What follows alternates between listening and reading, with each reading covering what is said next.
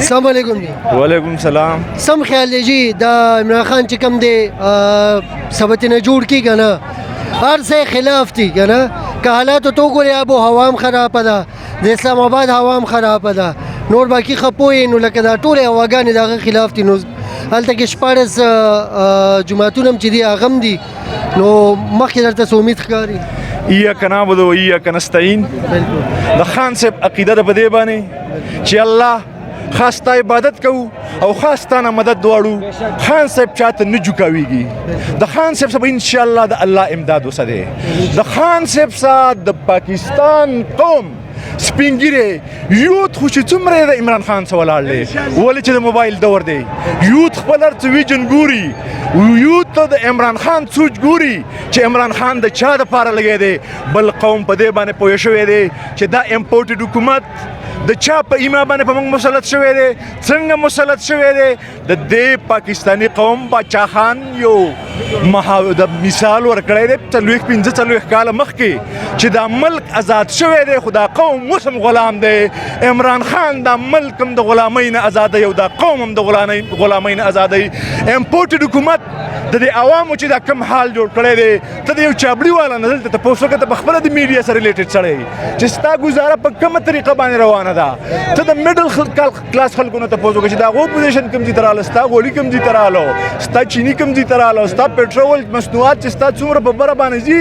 ستا مارکیټ به هغومره بره ځي نو زمونږ صورتحال ډېر زیات خراب دی. د خان صاحب ټول پاکستانی قوم په یو جا باندې ولاړ دی انشاءالله دا امپورټډ حکومت دا د امریکي په ایما باندې راغلی حکومت دا به موږ ختمو دا به موږ لرې کوو. بل زما تعلق د قبایلو سره دی زما تعلق د قبایلو سره دی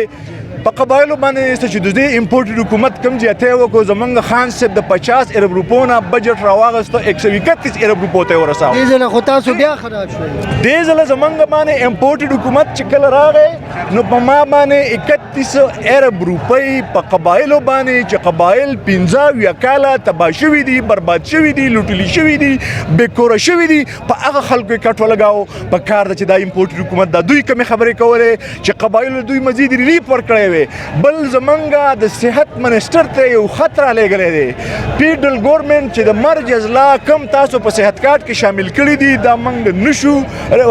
سپانسر کولی دا به ستاسو د صوبې خپل پروګرامي زما ستاسو بجټ دی بجټ ستا د ماته میلاویږي د ان اف سی وارډ د قبایلو سره د مرجر نه چې کومه واده شوې وه نه 100 ارب روپۍ شته دی او نه 200 ارب روپۍ شته اوس چې دوی دا غله رالو دا زاړه غله رالو نو مخکې د دوی په وجه باندې ولې چې یو ځل د پیپل پارټۍ حکومت راغلی یو ځل نون راغلی دی په هغه وخت کې د دوی په حکومتونو کې د قبایلو تباهي شوې ده او اوس چې د کله نه دا امپورټډ حکومت راغی نو د ټکه د قبایلو سره دغه دښمنۍ خبرې شروع کړلې چې صحت کارت دا د خان صاحب او د صوبایي ګورمنټ او د عمران خان یو داسې کارنامه ده چې دا د یو عام دپاره د امیر دپاره د غریب دپاره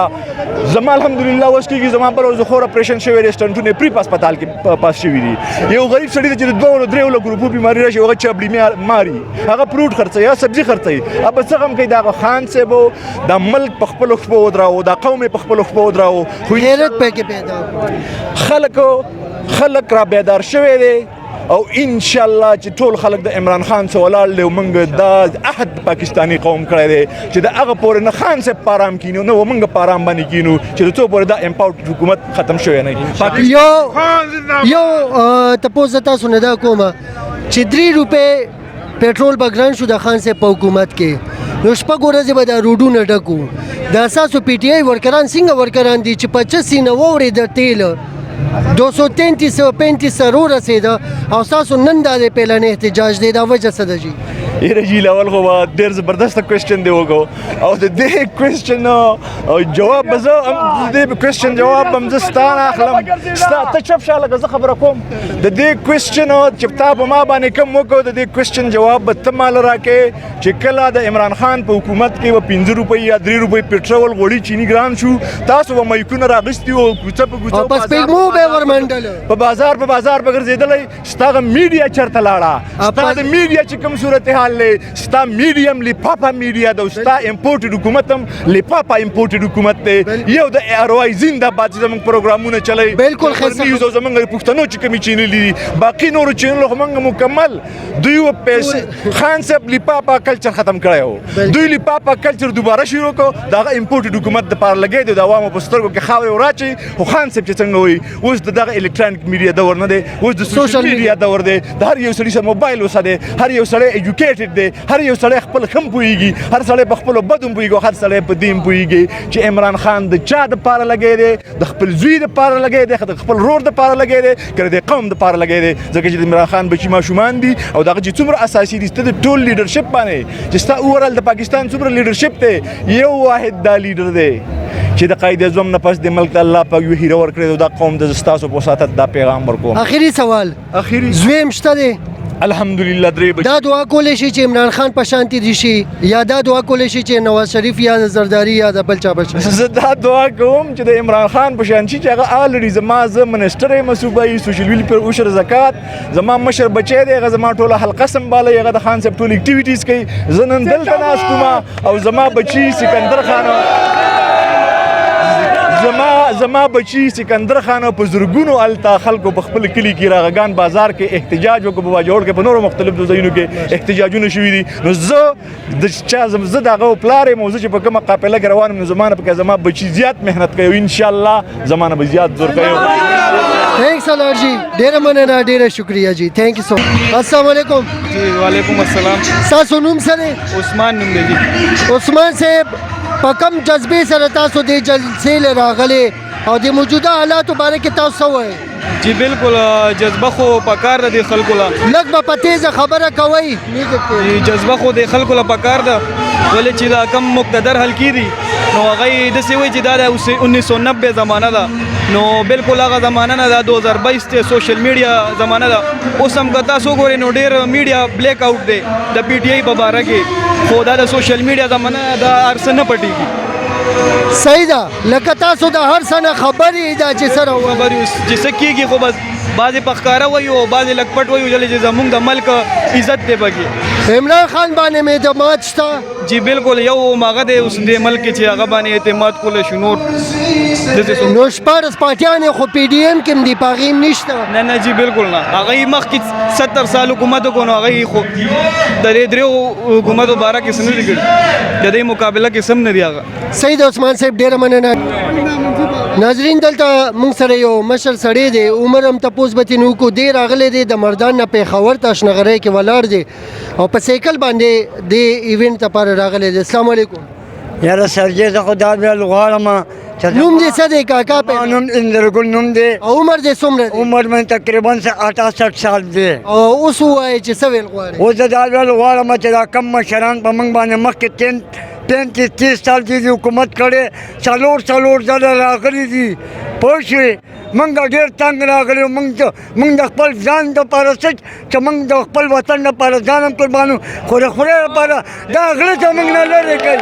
دا غله لرې کوي دا ټول غله دي او خدای دې هغه راولي چې زموږ د اسلام دپاره پاکستان دپاره خیر وغواړي او عمران خان ډېر ښه راغلی ډېر ښه روان و خو دې طالبانانو پرېږده خدای دې دوی ته د نه پاکستان زنده باد عمران خان زنده باد مهرباني السلام علیکم وعلیکم السلام جی تاسو د موجوده حالاتو باره کې څه ویل د موجوده بعد کې موږ خبره کوو چې موږ باندې چې دا غوړي چینی او داول ډېر ګران شي نو موږ د غریبانو د پاره دا پکار دی چې موږ دا وایو چې هر یو د وزیر اعظم جوړ وي خو چې موږ دا غوړي او چینی او دا زموږ مټې د خوراک د موږ ارزان کی کم غریبانان دیړې نه کوي 500 روپیا غي د ورځ ایلی نو هغه په دې کې وړ راوړي که غوړي راوړي چینی راوړي څه راوړي خلک راوتی دي دا کوي نو د موجوده حکومت هم دا خاص کومه چې دی دا شی موږ له ارزان کی. الحمدلله پاکستان ډېر سپر طاقت ملک دی په تمامي دنیا کې. رب العالمین پاکستان له لوی عزت ورکړی دی، بلکې خان ډاکټر قدیر خان موږ له هیټ هم جوړ کړی دی، بلکې پاکستان رب العالمین د کلمې طاقت ورکو، بلکې زمونږ مدارس دي، زمونږ علما دي، زمونږ ډېر بهترین ملک دی الحمدلله پاکستان. زمونږ پاک ارمی چې کومه ده مسلح ارمی پاکه ده، خو بلکې زمونږ جرنیلان غلط دي، بلکې موږ دا خاص کوو چې پرمی شتاب ته جاوید باجوا ته چې کوم نشو قدم جنرال محمد ضیاءالحق صاحب ایښی و هغسې قدم ته کېده، هغسې قدم چې کوم ایوب خان صاحب ایښی و هغسې قدم کېده. پاکستان کې چې دا کوم ګډوډ شروع دي په دې ته ګس کېده او دا شی ختم کا. کم مټیل چې دا مکمل ګران شوی دی، غوړي دي، چیني دي، وړه دي، او زمونږ چې کوم شی د خوراکو د غریبانانو د دې حوامو هغه د موږ ته هغه شی اردان کړی شي. پاکستان الحمدلله پاینده آباد، پاکستان زنده باد. السلام علیکم. وعلیکم السلام. فرمایشات ورته رسېدي. بالکل جی دلته کې راغلي استاد ډېره ډېره مننه چې تاسو موږ ټایم راکړو. نن زمونږ د خان صاحب په کال باندې راوتیو او دا چې کوم دی موږ ملک ګیراو احتجاج د مهنګۍ خلاف، د بجلی، د ګیس، د لوډ شیډینګ خلاف، د لوټو خلاف. په خیبر پښتونخوا کې یو لوټه راغلی ده، د هغې خلاف چې کوم دی موږ راوتیو. نو موږ دا امپورټډ حکومت خلاف راوتیو، دا موږ ته نامنظوره دی او ټول قوم انشاءالله په دې باندې چې کوم دی موږ سره متفق دی. صحیح ده. موجوده حکومت او د ګرانۍ باره کې څه ویل غواړي؟ بالکل موجوده حکومت خو چې کوم دی هغه شرمول اخیستی دي چې په تاریخ کې چې کوم دی داسې چې کوم دی یو کس ته درد او غم نه دی میلی شوی چې څنګه دی امپورټډ حکومت عوام دشمن حکومت چې کوم دی ایران او دوی چې کوم دی د مهنګۍ په شکل کې، د بجلی د لوډ شیډینګ په شکل کې او د پټرولو او د بسلو د مهنګۍ په شان دی موږ له چې کوم دی ټولو غریبانو له غم در راکړه. عمران خان به انشاءالله یو ځلې چې کوم دی بیا راځي او دلته به چې کوم دی د امن جنت څنګه دې پاړه خوړله انشاءالله تعالی را روان دی الله به انشاءالله هغه دین زیاته به که خیري خورئ. او دا ځوانان، دا مشران، دا بوډاګان، دا زنانه دا دلته کې چې راغلي دي نو دا د امپورټډ حکومت خلاف راوتي دي انشاءالله تعالی چې دې خلکو جنون تاسو په خپله باندې وکتو. څونه میډیا کوریج شو دلته کې نو که خیر له خدای یو کس چې کوم دی د امپورټډ حکومت ته منل ته تیار نه دی. انشاءالله چې دا څونه ملګري د ما په څنګ کې ولاړ دي موږ ټول انشاءالله د دغه امپورټډ حکومت خلاف په هر لحاظ باندې به انشاءالله د دغه لوټو خلاف اواز به انشاءالله نه بندېږي. تر هغې پورې به انشاءالله دا اواز چلېږي چې تر څو پورې پرایم منسټر عمران خان فیروز دی. ډېره مننه، ډېره شکریه. السلام علیکم. وعلیکم السلام. جی دا مهنګۍ باره کې د دې موجوده حالات باره کې څه وایي؟ ډېره مننه تاسو موقع راکړه جمال ناصر صاحب. خبره داسې ده جی چې مهنګۍ باره کې به دا ووایم چې مهنګۍ دې وخت کې که تاسو وګورئ که نه نو ډېر اوچت هی دغه ته لاړه. یو غریب سړی به مخکې ډېر زیات پریشان و، اوس غریب مزید پریشانه شو او ورپسې چې کوم میډل کلاس دی هغه هم د دې زد کې راغلی دی. بلکې زه به دا وایم چې اپر کلاس دی هم ډېر زیات متاثره کېږي لګیا دی. بله خبره به زه دا وکړم چې دا مسله چې دا د مهنګایي دا دې کې مونږ ټولو له بار راوتل پکار دي. هغه که هر مکتب فکر سره تعلق ساتي، هغه که میډل کلاس دی او که اپر کلاس خلک دي. ولې که نن مونږ د غریب دپاره راو نه وتو نو دا غریب ورځ تر ورځه خرابېږي لګیا دی، ورپسې میډل کلاس هم خرابېږي لګیا دی، پاتې کېږي اپر کلاس. دا غریب چې کله خراب شي دی به شکو ته لاس اچوي، دی به غلاګانو ته لاس اچوي، دی به رازنۍ ته لاس اچوي. نو دی به بیا څوک شو کوي؟ غریب خو غریب نشي شو کولی. همدغه مالدار او اپر کلاس به شو کوي. نو د دې اپر کلاس خلکو له هم پکار دي چې د غریب آواز جوړ شي او د دې ملک ترقۍ کې خپل کردار ادا کړي، خپل مستقبل هم ښه کړي او د دې غریب مستقبل هم ښه کړي او د دې غلو نه او د دې مداریانو نه او د دې منافقانو نه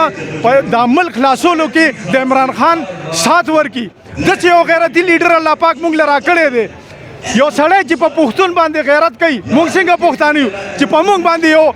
عمران خان غوندې سړی غیرت کوي لګیا دی او زما او ستا بچي دپاره جنګېږي لګیا دی او درجن نه زیات غلو سره جنګېږي لګیا دی نو مونږ له پکار دا نه دي چې مونږ بیا کورونو کې کینو دا صرف د عمران خان او د پی ټي آی ورکر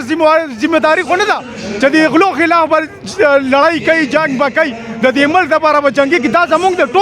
زمونږ د دې ټولو پاکستانیانو حق دی چې روزي په کورونو کې ناسته نه ده پکار چې 15 روپۍ سیز به ګران شو همدغه خلکو به مونږ چې بار به د کوڅو ته لارو ته نه شو وتی دې خلکو به مونږ ته څه ویلي چې تبام کو عمران خاني ده مونږ به چا سره خبره نه شو کولی اوس 50 100 روپۍ 115 روپۍ پورې لیټر ګرانېږي او د عوام چپ دی نو عوام له هم راوتل پکار دي او د دې یو نر سړي مرسته پکار ده